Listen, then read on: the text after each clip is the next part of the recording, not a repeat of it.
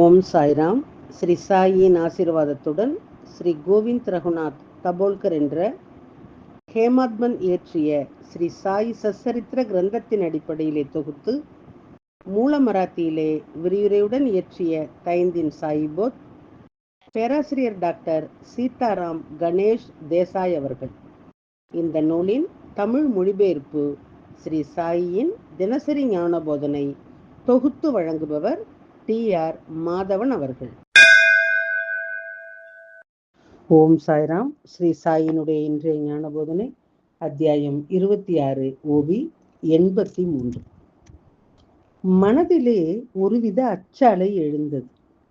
அது இன்னும் தணிந்து விட்டதோ இல்லையோ, நம்பிக்கை பொறுமை காப்பாய், ஸ்ரீஹரி அவனுக்கு காவலராக இருப்பார். விளக்கம்: பாபா சொன்னபடியே பித்தளை மயக்கமடைந்த குழந்தையை பிரகாவிடம் அழைத்து சென்றார்.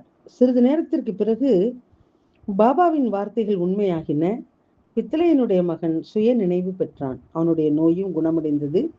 பித்தளையும் அவருடைய மனைவியும் பெரும் மகிழ்ச்சி அடைந்தனர். அவர்களினுடைய துக்கமும் கவலையும் நீங்கியது. பித்தளை தன் மனைவியுடன் பாபாவினுடைய தரிசனத்திற்காக சென்றார். அவர்கள் பாபாவை பணிவுடன் வணங்கினர்.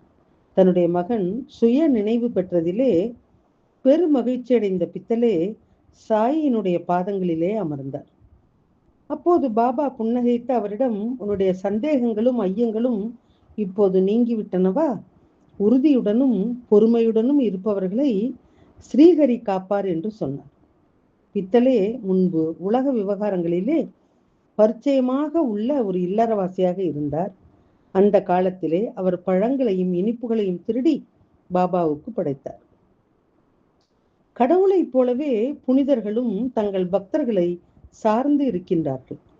தங்களை மட்டுமே வழிபடுபவர்களுக்கு அவர்கள் ஆசீர்வாதங்களை வழங்குகின்றார்கள். பித்தளையனுடைய மனைவி மிகவும் நற்குணம், அன்பு, பக்தி மற்றும் அர்ப்பணிப்பு கொண்டவளாக இருந்தார். அவள் தூணருகே அமர்ந்து பாபாவை பார்த்து கொண்டிருந்தாள்.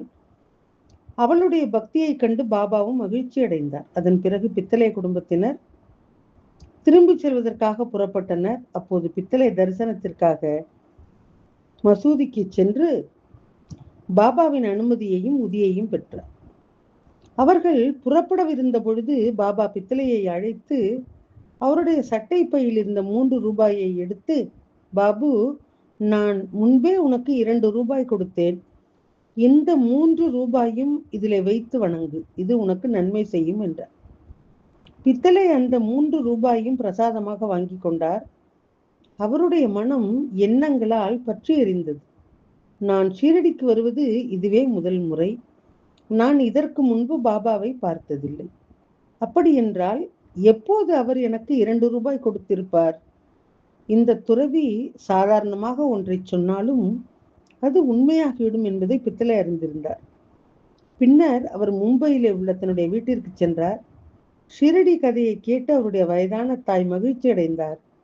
பாபா முன்பே பித்தளைவுக்கு கொடுத்த 2 ரூபாய் குறித்த புதிரையை அவருடைய வயதான தாய் விடுவித்தார்.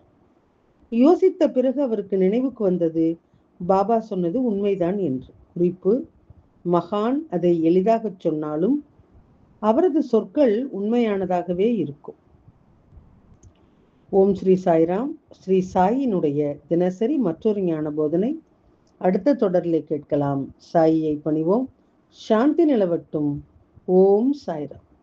ஸ்ரீ சச்சிதானந்த சத்குரு சாய்நாத் மகாராஜ்.